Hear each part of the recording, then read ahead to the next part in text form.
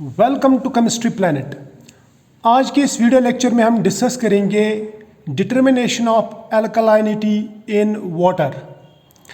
सबसे पहले हम देखेंगे एल्कलाइनिटी है क्या। एल्कलाइनिटी का मतलब रहता है capacity of a water sample और sample to neutralize a strong acid to a given pH.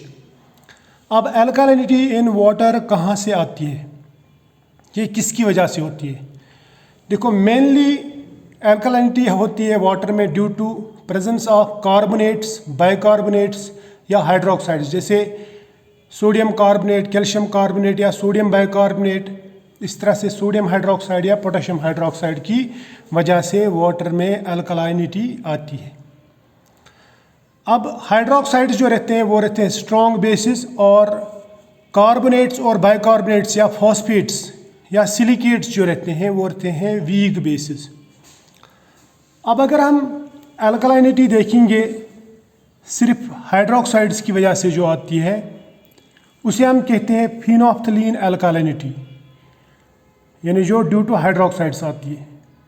और जो हाइड्रोक्साइड प्लस कार्बोनेट और बाइकार्बोनेट की वजह से वाटर में एल्कलाइनिटी आती है, उसे हम कहते हैं टोटल एल्कलाइनिटी, यानी ये ड्यू टू ऑल बेसिस, यानी वीक प्लस स्ट्रॉन्ग बेसिस दोनों की वजह से जो एल्कलाइनिटी आती है।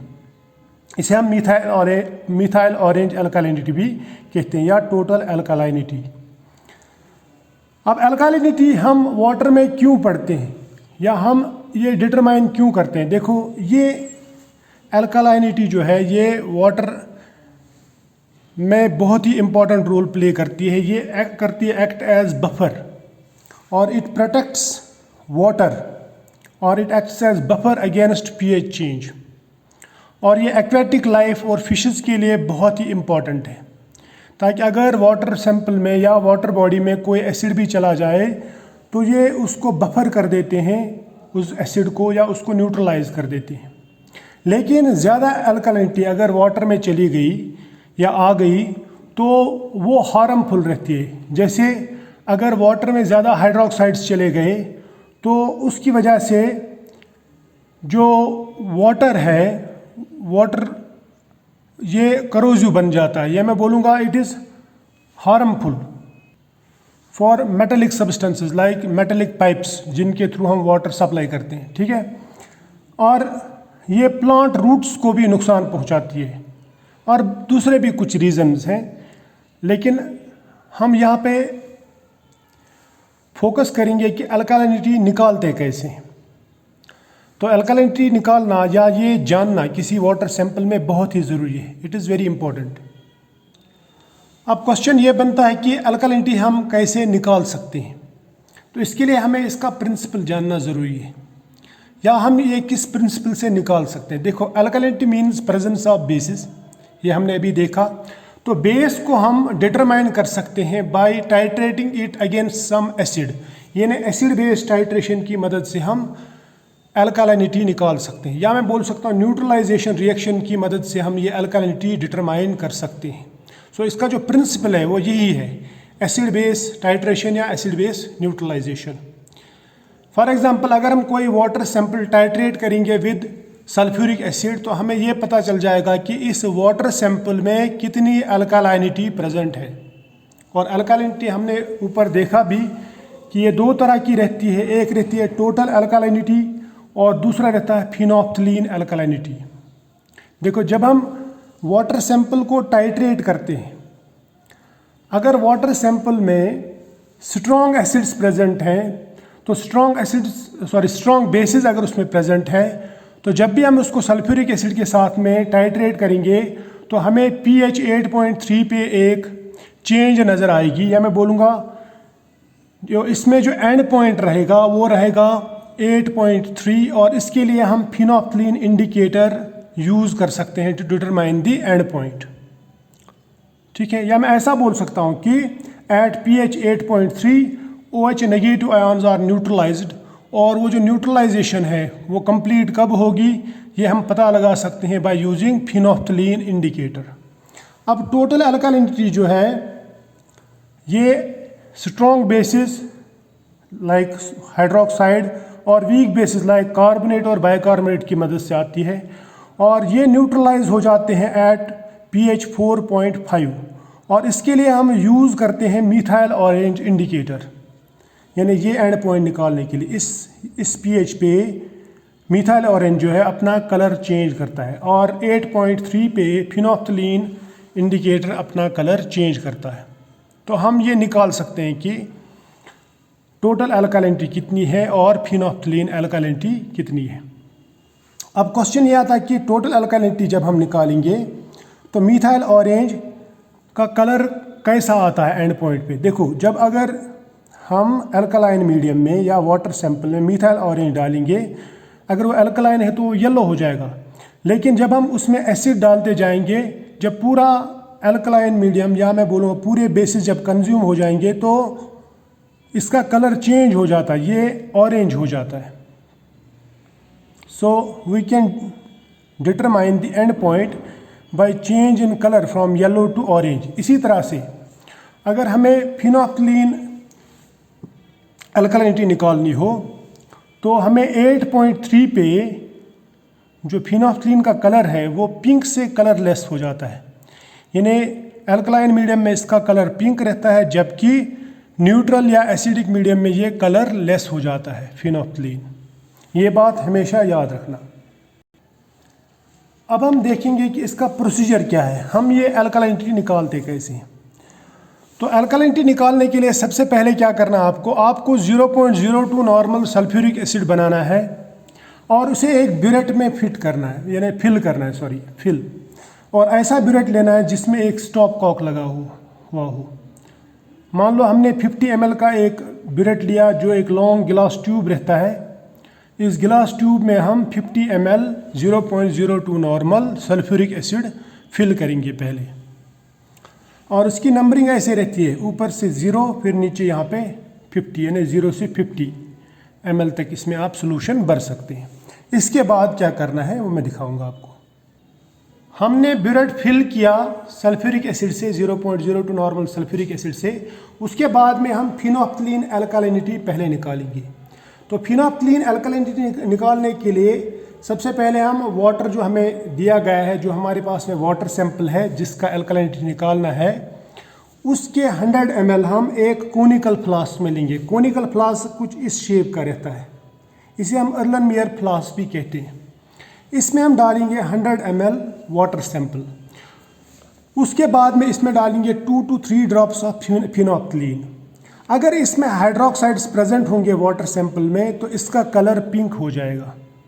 अगर हाइड्रोक्साइड्स प्रेजेंट नहीं है तो इसका मतलब इसका जो कलर है वो पिंक नहीं होगा, इसमें कोई कलर चेंज नहीं आएगी। अगर कलर चेंज नहीं आया तो इसका मतलब हाइड्रोक्साइड्स एब्सेंट, या मैं बोलूँगा कि इसमें जो फिनोफ्थलीन अल्कालिनिटी है वो 0 है।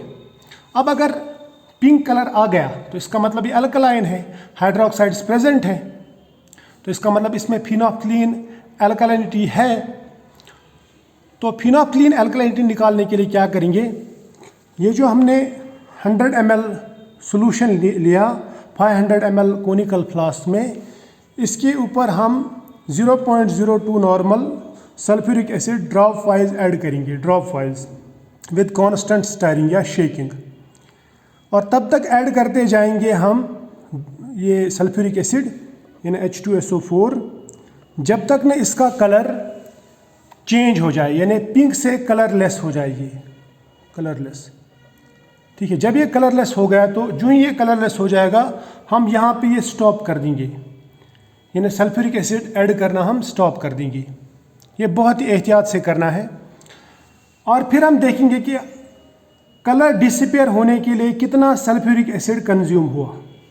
मान लो यहाँ पे जो सल्फ्यूरिक एसिड का वॉल्यूम जो कंज्यूम हुआ, उस वॉल्यूम को हम नाम रखेंगे V1। वो 2 ml 3 ml 4 ml भी हो सकता है, जितना भी होगा वो हम लिख के रखेंगे। तो ये वॉल्यूम हमने रखा V1 ताकि हम इसमें फार्मूला बना सकें। उसके बाद में टोटल अल्कालिनिटी निकालेंगे। तो टोटल अल्कालिनिटी निकालने के लिए क्या करेंगे, हम नया सैंपल लेंगे, वाटर सैंपल जो हमें दिया गया है जिसका हमें अल्कालिनिटी निकालना है, उसमें से हम 100 ml वाटर सैंपल निकालेंगे उसके बाद में उसमें ऐड करेंगे 2 to 3 drops of methyl orange indicator.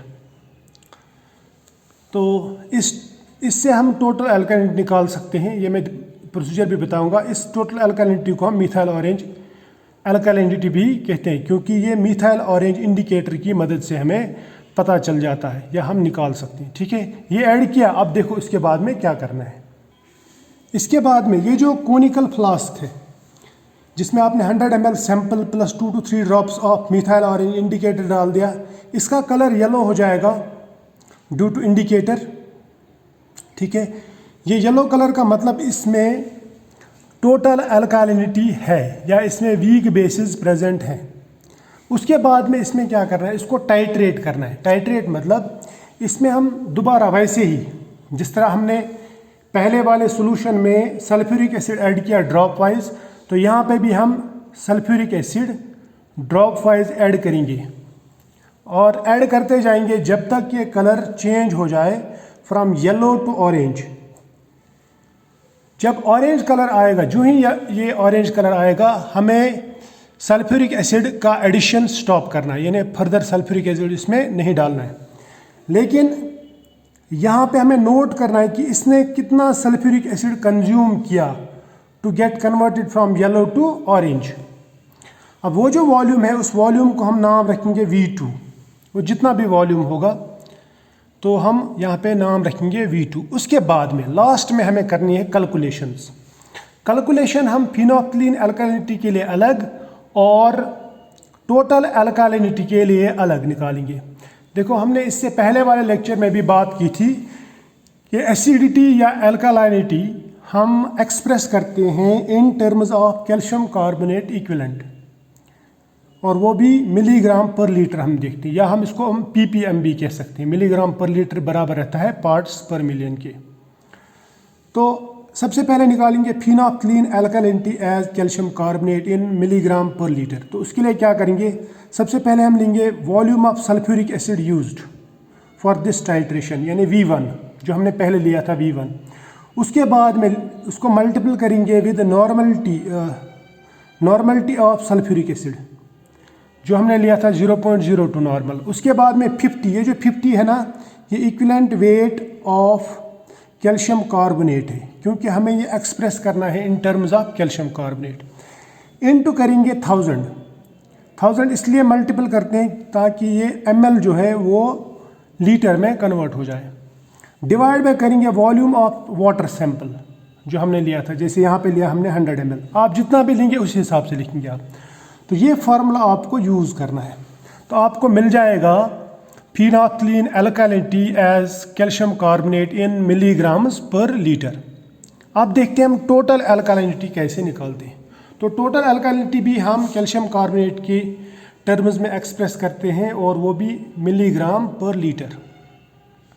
तो इसके लिए क्या करेंगे, इसके लिए फार्मूला है वॉल्यूम ऑफ सल्फ्यूरिक एसिड, लेकिन वो वॉल्यूम जो हमने दूसरी दफ़ा यूज़ किया, ये वाला वॉल्यूम जो हमने दूसरी टाइट्रेशन के लिए यूज़ किया, इसे हमने नाम रखा था V2, यानी ये V2 लेना है। V2 into normality of sulphuric acid, यानी H2SO4 की नॉर्मलिटी है, इंटू 50 क्या है, equivalent weight of calcium carbonate. ठीक है, इनटू करेंगे 1000 डिवाइड बाय करेंगे वॉल्यूम ऑफ सैंपल। तो इस तरह से आपको फिनोल्फथालीन अल्कालिनिटी और टोटल अल्कालिनिटी दोनों मिल जाएंगे, और वो भी मिलीग्राम पर लीटर में, या हम इसको कह सकते हैं पार्ट्स पर मिलियन में। ठीक है, तो आज के लिए फ़िलहाल इतना ही। मिलेंगे हम नेक्स्ट वीडियो लेक्चर में, तब तक के लिए बाय।